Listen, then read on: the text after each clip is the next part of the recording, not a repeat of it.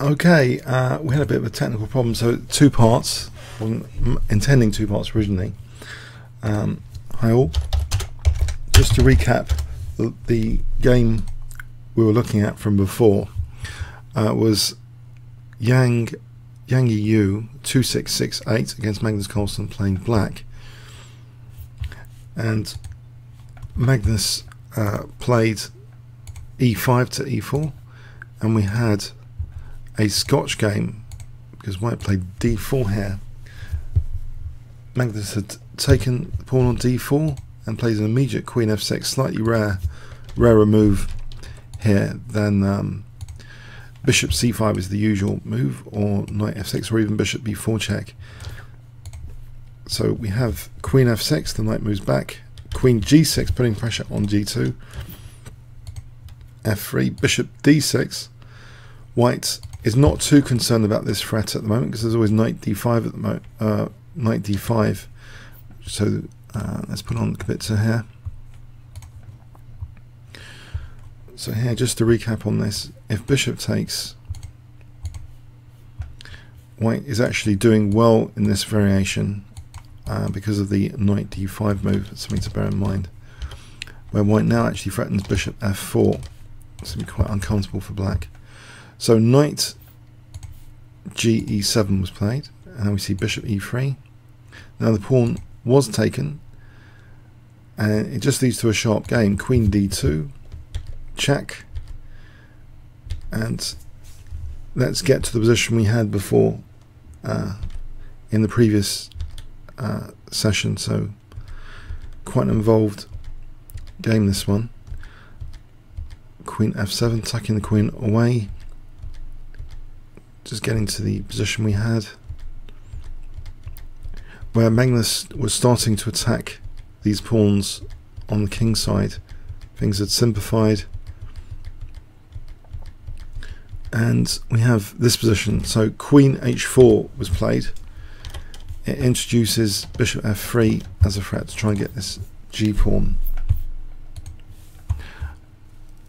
White plays queen f4, covering the f3 square, h5, rook g1, a5,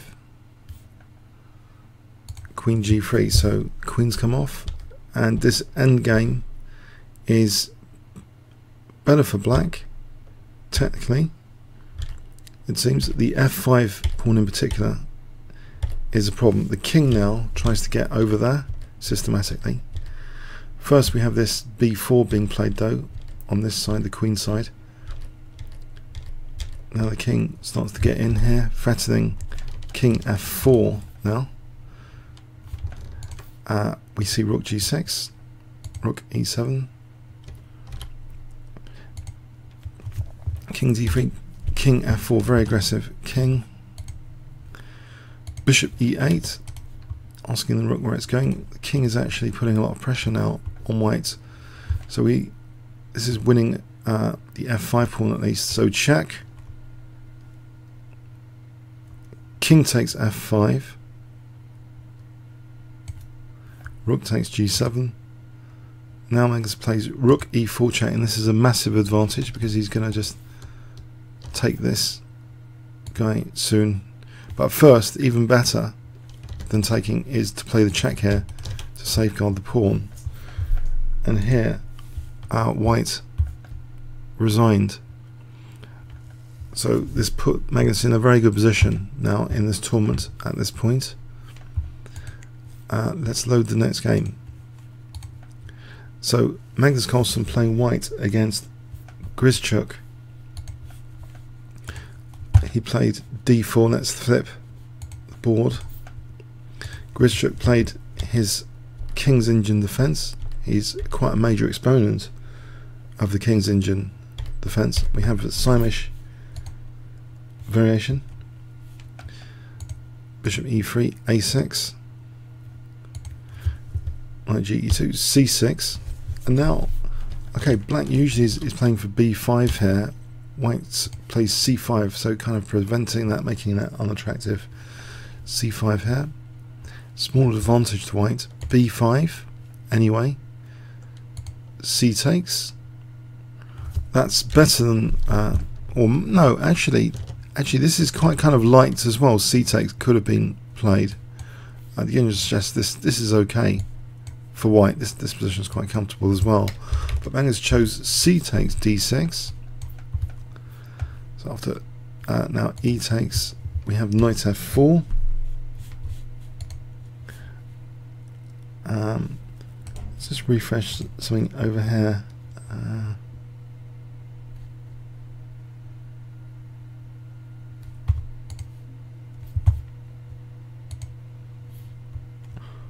Okay, so knight f4, rook e8, bishop e2, b4, knight a4, knight d5, an active move against the loose piece on e3, bishop drops back, knight b6, and black is doing okay at this point. Magnus really doesn't seem to have much out of the opening. Seems a very comfortable active position for black here at this point. White takes on b6 and plays bishop e3. d5 though, it's annoying. If e5, then that will run into bishop takes e5. So white plays queen d3, virtually the only move I think here. D takes. This might not have been best. D takes. Apparently a5 might be more testing. I think this has the idea of d takes and then bishop a6. This would be dangerous for white. But yeah, d takes e4, f takes, now a5. Maybe not as good here. E5 is actually possible here. This wasn't played. Bishop a6, there's queen e4, but Magnus actually now played rook d1, bishop a6, queen drops back here. Exchange of bishops, knight takes e2, knight d7. This centre looks a little bit on the vulnerable side. After castles, knight f6, so that's protected. Now knight g4, winning the dark square bishop basically. Got to keep hold of d4 here, so bishop f2. If black wants it, black can take, but no, he puts more pressure on d4 with the option of taking there. e5, and now the centre really is challenged with c5. Fierce aggressive move. Black is better after this move, c5. This is a great move apparently. This engine absolutely loves c5 here. Crumbling white centre. So Magnus a little bit in trouble. D takes, queen c7. So the point is here, this is going to drop soon, it seems. Rook takes, knight e4, bishop takes e5, and look at this, forcing a horrible move here, a horrible looking move. g3 was played, so black is doing very nicely here. Knight takes f2.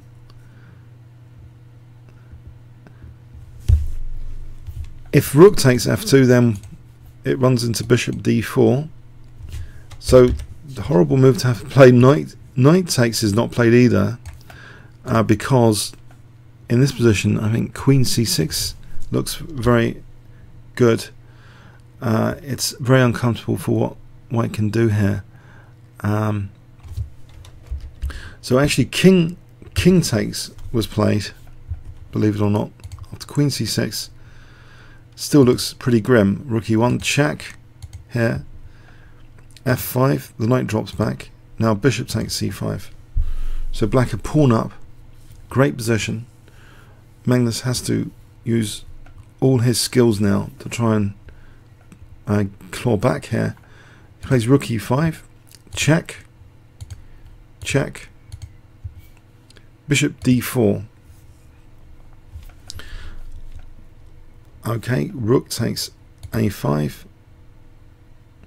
Now queen b6 was played. This might not be the most accurate.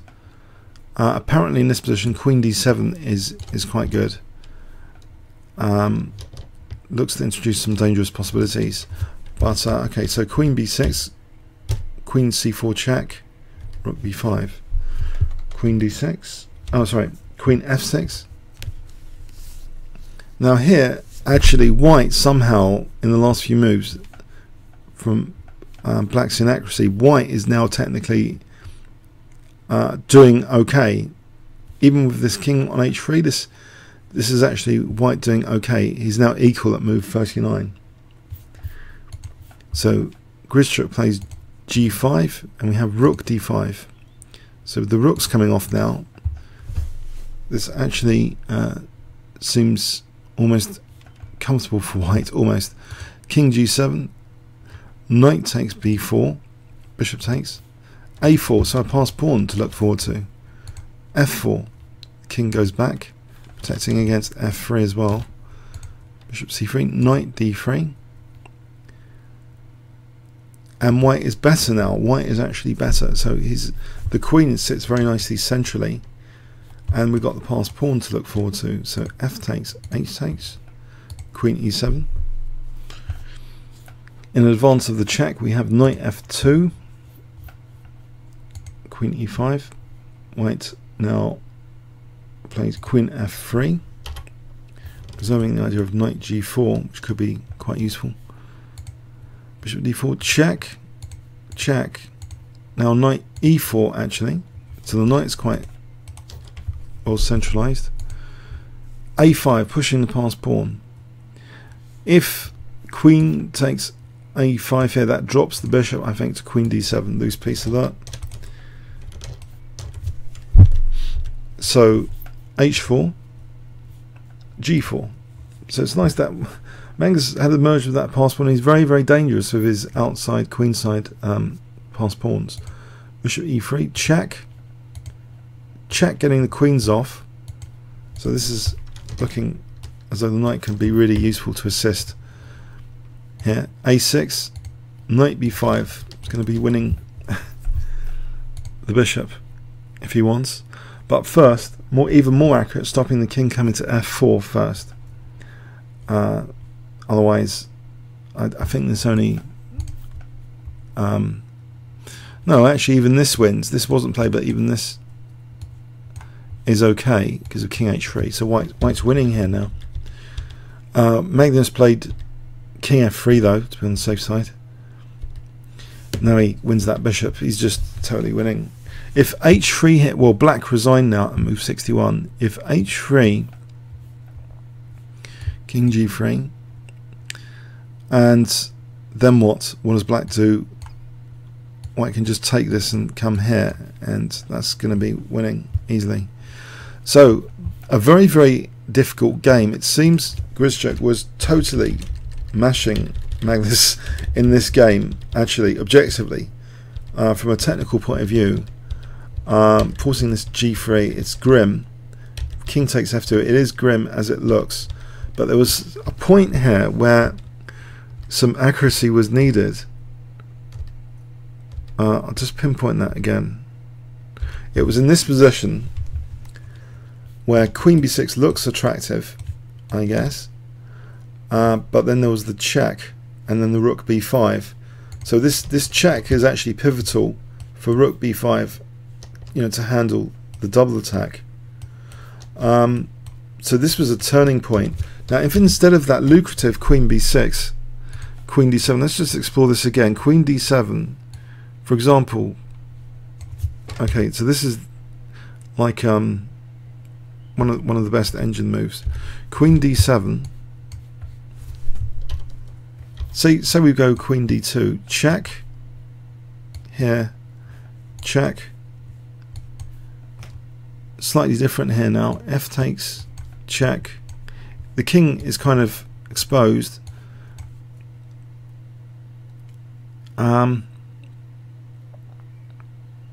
It's difficult for white. Yeah. So queen d7. So that queen b6. Any check here on queen d7, queen c4 check. just king h8, so the bishop covers the king now. Black is now threatening the knight, and this is troublesome. King g2, f4. So yeah, it seems Grisham had a great position, where black's now got very dangerous ideas like this to win this knight f3 check, and if takes, bishop takes. This is really grim. Takes a queen d2 check, and it's pretty nasty. So this could have got really nasty here, but it just queen b6 seems to be the turning point for the check, and then rook b5. Let's go on to the next game. I think one more. So load next game. So another King's Indian expert about playing white this time. Maybe good for Magnus playing white against Rajabov. So the last round. So Magnus, I think this was the last round, 15. Just needed, I think he was already ahead in tournament, just needed a draw with black. So we have bishop c4, bishop c5. We have Geico piano, c3, knight f3, knight f6, d3, quiet, very quiet line, d6, bishop b3, bishop e6, not minding double pawns. White doesn't take that, white played white castled, bishop takes, queen takes. So it seems a safe, solid position for black. Not too many things to worry about. And bishop goes to b6 here, offering the exchange of queens. That's rejected. Okay, white's got that classic f5 square, but d5 here, rook h d8. Black now takes on e4 and challenges the knight, or it's going to just come over here now potentially. Bishop takes, a3. In fact, knight g6 might not be that hot actually. I think white's okay there, doesn't mind that knight e2, white's might be okay. So actually Magnus took here on f5, and this is okay now after g6, encouraging knight h6. This is not very good. The knight actually retreated to e3. If knight takes check, then king g7 is better for black after getting the pawn back on g4. So the knight humbly retreated. b5 was played. So b5,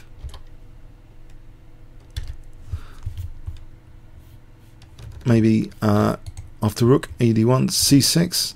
So all these squares covered. Queen e7. Black seems to be safely equalizing totally, exchanges off all the rooks. So no structural weakness. The double pawns might be a cause of concern, you think, but in practice this is perfectly okay. It seems engine assesses it at a dead level position. So good choice of opening here to draw, offering b7 for a perpetual check.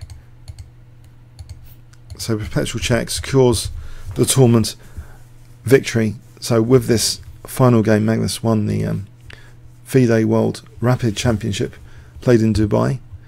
So this was just yesterday's game. Yeah, so I thought load next game was not going to be, it's not going to be a relevant game, I think. So yeah, so Magnus Carlsen wins that tournament. Yeah, sorry about the split. I hope I thought it was better to do this second part just to get the sense of completion. Okay, comments or questions on YouTube? Thanks very much.